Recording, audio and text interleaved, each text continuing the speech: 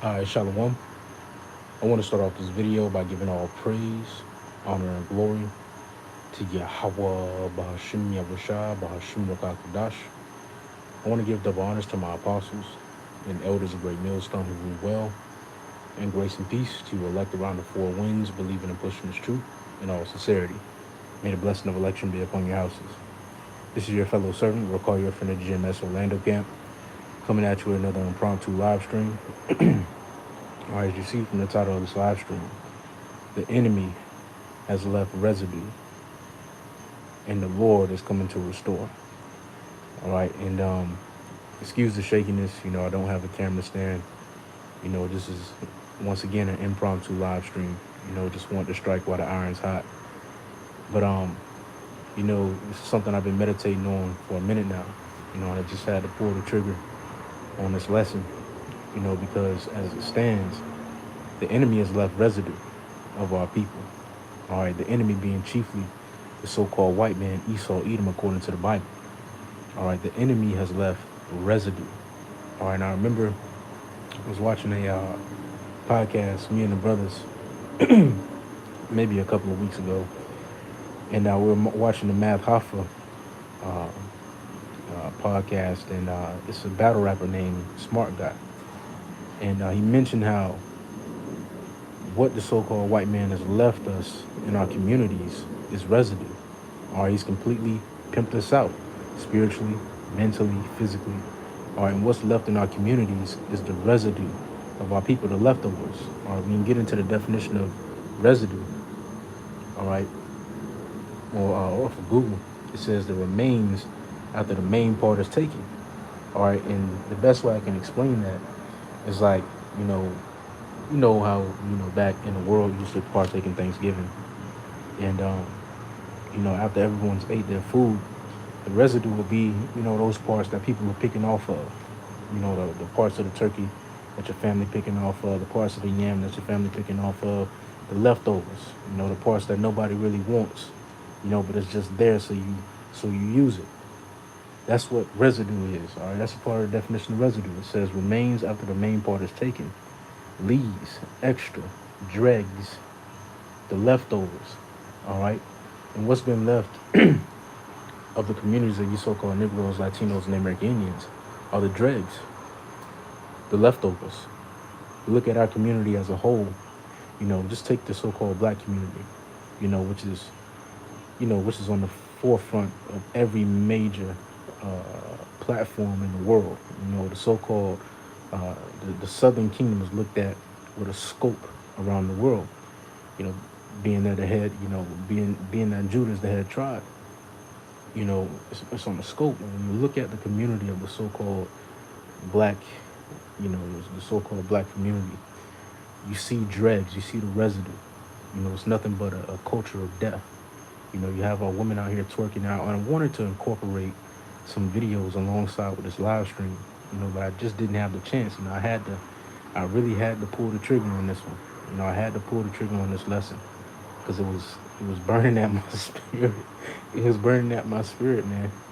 Real talk. It's like, you witness the folly of our people, on these different platforms, these different social media platforms. And you just see the dread, you just see the leftovers. Our women are completely pimped out mentally, spiritually. They're done. They're consumed in this hot girl, city girl way of life. They're consumed in themselves. There's no more. Even back during the time of Solomon, there wasn't really righteous women. But there's no more yearning, to be a family wife. There's no more yearning to be a mother. There's no more yearning to establish, a family anymore within the mindsets of our women. It's all twerking. They desire to be bitches. They desire to be hoes and sluts. When it comes to the men of our nation, they desire to be thugs. When you look at it, when you know what I'm talking about because you grew up in the community yourself.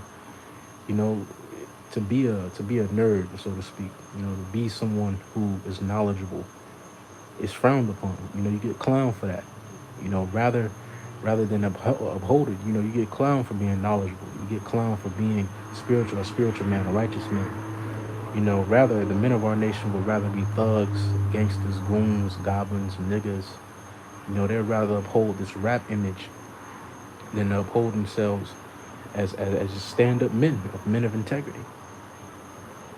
When you get into the children of our people, you know, the children are completely consumed within the social media age. You know, they're consumed within the likes. They're consumed with the shares. They're consumed with the videos. They're consumed with this facade that's put out there for them to emulate. You know, through these rap videos.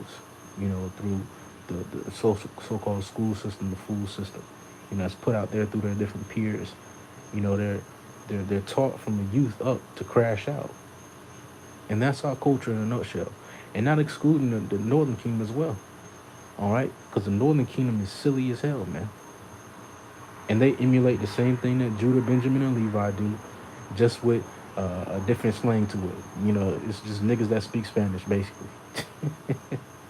That's all that is. But the culture is residue. This is what we get after, you know, because our nation has been pimped out, whored out. You know, like the scriptures say, our nation has played the harlot. All right? And this is what we get after every nation has taken a piece of us.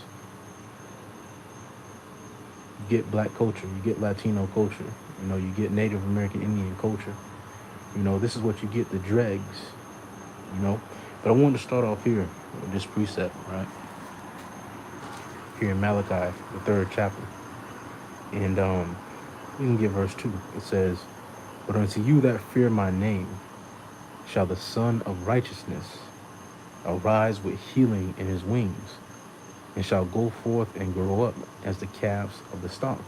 All right. And the good news, all right, a part of the gospel is that the Lord is going to come back and restore, all right, and build back the residue of our nation. He's coming with healing in his wings. All right, and that healing just doesn't apply physically. All right, the main brunt of the healing that we need as a people is spiritual.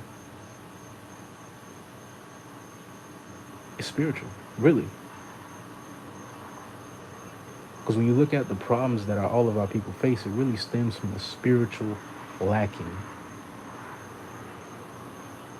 which is due to our disobedience. But the Lord is coming with healing in his wings, chiefly the spiritual, mental healing that our people need. All right, he's coming to restore us as a nation. All right, when he returns to establish his glory and his dominion on the planet Earth. All right, it says again, "But unto you that fear my name shall the Son of Righteousness arise with healing in his wings, and shall go forth and grow up as the calves of the stock." All right, and this is the patience of the faith and the faith of the saints. All right, we're patiently waiting. All right, and we're yearning, we're calling out for the Lord to return with that healing in his wings, because we've been devoured as a people. All right, let's get that real quick. And let's see. Let's grab this in Lamentations.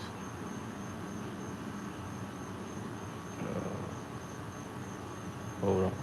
Let's grab this in Lamentations chapter 2. And I'm going to start at verse 1. It says, "Have the Lord covered the daughter of Zion with a cloud in his anger, and cast down from heaven unto the earth the beauty of Israel, and remembered not his footstool in the day of his anger. The Lord hath swallowed up all the inhabitants of Jacob, and have not pitied. He hath thrown down in his wrath the strongholds of the daughter of Judah. He hath brought them down to the ground. He hath polluted the kingdom and the princes thereof." All right, and this is what the Lord did to our nation. You know, he swallowed us up. He caused us to be swallowed up by his sword. All right, which is Esau, Edom, the so-called white man. All right, the Lord caused us to be swallowed up as a nation due to our disobedience. And we find ourselves in this present state. All right, we find ourselves amongst the residue of our nation, the dregs of our nation. And this is why we sigh and cry This is a part of why we sigh and cry for all the abominations that be done in the midst thereof. And this is a part of why we give the Lord no rest, pursuant to Isaiah 62:6, because we understand that we need that healing. All right. We need the Lord to come back with that healing in his wings. Like it said, like we just read in Malachi, the 4th chapter.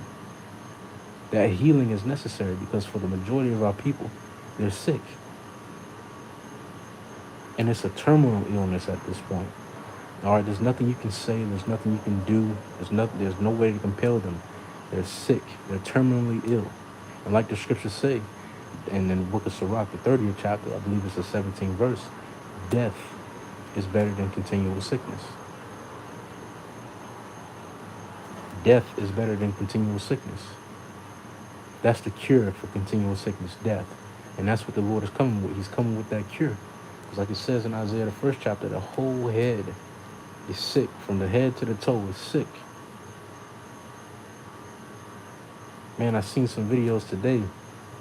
I was just watching some videos, today that came across my feed.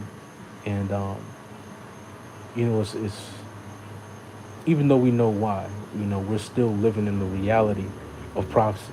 So it still hurts to an extent, to see our people in this state, even though we know why. And as I'm watching these videos, it's disheartening, to see,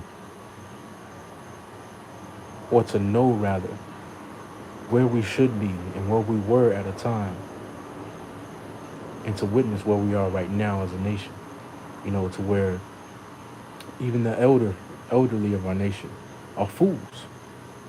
I mean, it's not cutting no corners. The elderly of our people are fools. They don't have any wisdom. Most of them are loud. Most of them are drunks. Most of them are blazed out their mind off of these different drugs that Esau Edom is presenting them. And they pass down nothing but conformality, how to conform to Esau Edom's system down to the younger generations. And the mindset of the parents, our parents in this day and age, is completely destroyed. Down to people of my age, younger, even down to the children. Everyone's consumed in this beast-like way of life. Twerking, clubbing, partying, drinking, bullshit. And there's nothing wrong with drinking. There's nothing wrong with having a good time. But ultimately, when you have a society that's consumed with these things, that finds no joy outside of surfing and rioting, when you have a society consumed in these things, this is when you begin to have chaos, and this is when you begin to spiral down the hole as a nation. I don't know if any of you Akim or Akwab, have talked to a woman of this generation. I just say around 22, 25, around that age. Maybe you throwing in some 33-year-olds. If you talk to the women that have grown up in this Babylonian society, it is completely disheartening. It's an eye-opener to how destroyed our people are. It's an eye-opener to the residue that's been left in our nation. A 33-year-old woman in today's society still thinks and conducts herself like a child.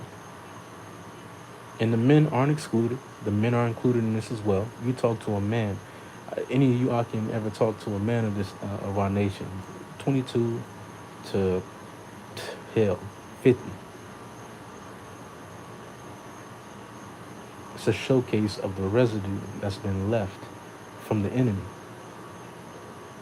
A boyish mentality, a boyish mannerisms, way of life.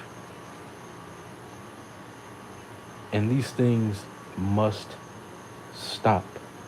If you don't see the problem in our nation today, you are a part of the problem that the Lord is coming to cut off. But let's get this again in Lamentations 2:2. The Lord hath swallowed up all the inhabitants of Jacob. and have not pitied and thrown down in his wrath the strongholds of the daughter of Judah. He hath brought them down to the ground, and hath polluted the kingdom and the princes thereof. All right, but the good news to this is even though we've been swallowed up as a nation, all right, the Lord is coming to restore us. All right, even though residue has been left of the household of Israel, the Lord is coming to restore it back in his fullness. All right, this is Jeremiah 30 and verse 16. It says, therefore all that devoured thee shall be devoured, and all thine adversaries, every one of them, shall go into captivity. And they that spoil thee shall be a spoil, and they that prey upon thee will I give for prey. For I will restore health unto thee, and I will heal thee of thy wounds, saith the Lord, because they called thee an outcast, saying, this is Zion, whom no man seeketh after. All right, and this is what they say of our nation. You know, that's the common consensus around the nations. You know, this is Zion, whom no man seeketh after. They hiss. You know, they wag the tongue. You know, they wag the hand and they hiss. You know, when they see our nation. You know, just as Esau, Edom has a commonwealth. You know, when he goes around these different nations, he's treated as a god. He's treated as a noble. All right, because of the way he's portrayed in these movies, the way he's portrayed in history. All right, the commonwealth of our nation right now is dregs.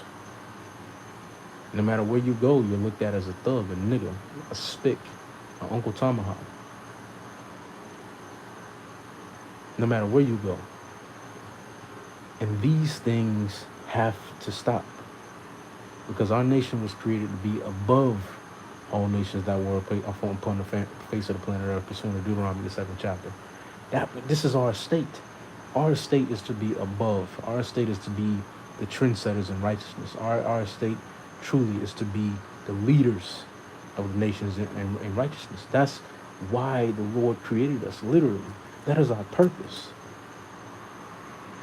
You see it on a small scale, you know, with Jake and their wickedness. When they, you know, Jake set trends, you know, Jake, the nations follow after Jake, even in our folly. How much more in righteousness? Because that's what we were created, literally, to be. We were created to be the heads of all these nations under Yahweh Shai. And right now, through the Spirit, the Lord is causing us to assume our roles once and for all. Once again, through his Spirit. All right, we're assuming our roles as leaders. All right, not only of the nation of Israel, but of the world. Because the world needs leaders. The world needs proper leadership.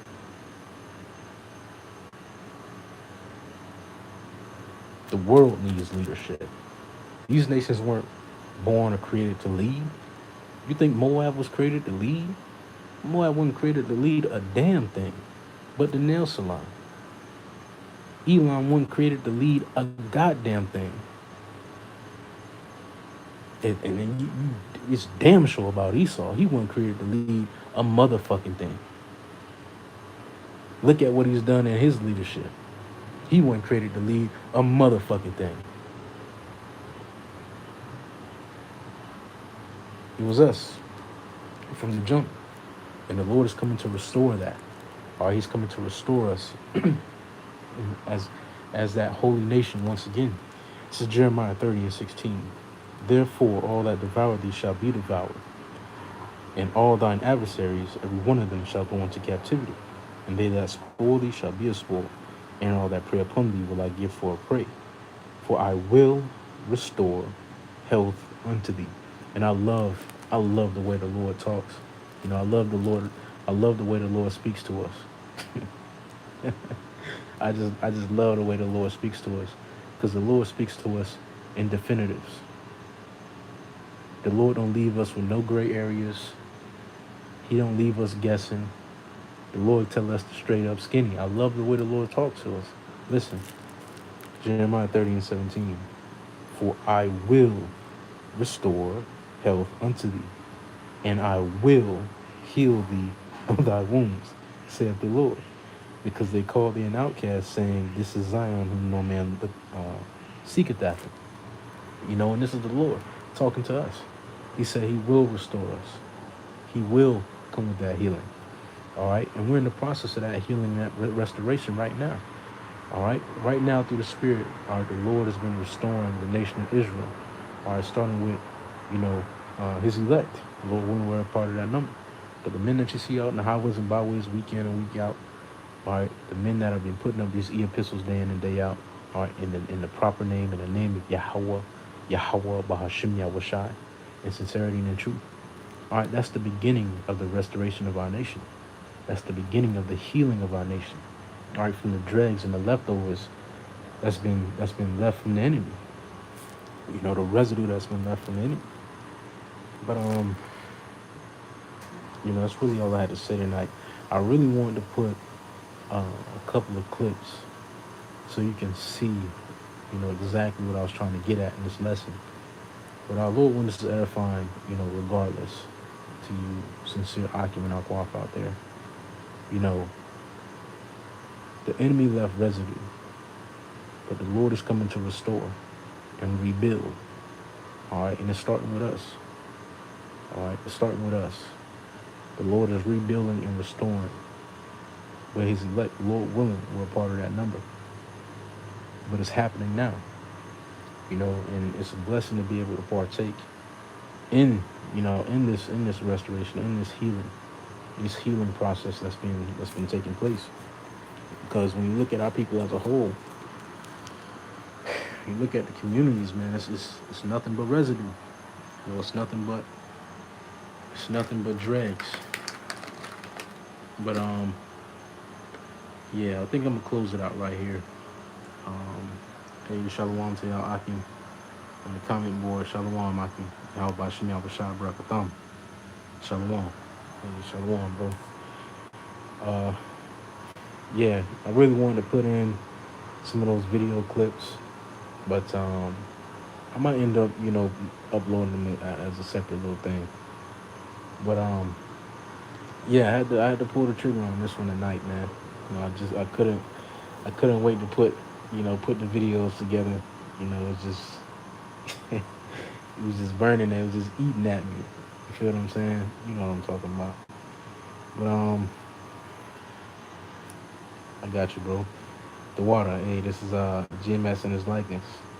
Brother Damawafi says Isaiah 57:19. I create the fruit of the lips. Peace, peace to him that is afar off, and to him that is near, saith the Lord, and I will heal them. All right, and that's exactly what the Lord is coming with. All right, the Lord is coming with that peace. All right, that rest. All right, that thing that we've been yearning for, generation and generation out. All right, that rest, that peace. The Lord is coming with it. All right, and it says, and I will heal them. All right, the Lord is coming with that healing. All right, that mental, that spiritual, that emotional, and physical healing. All right, that we desperately need as a nation. Because even though we're being healed, it doesn't feel right. It won't feel completely right until our whole nation is restored. Until our whole nation is healed.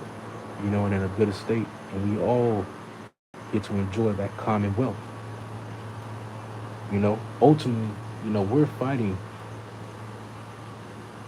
for the rest of our nation that can't right now.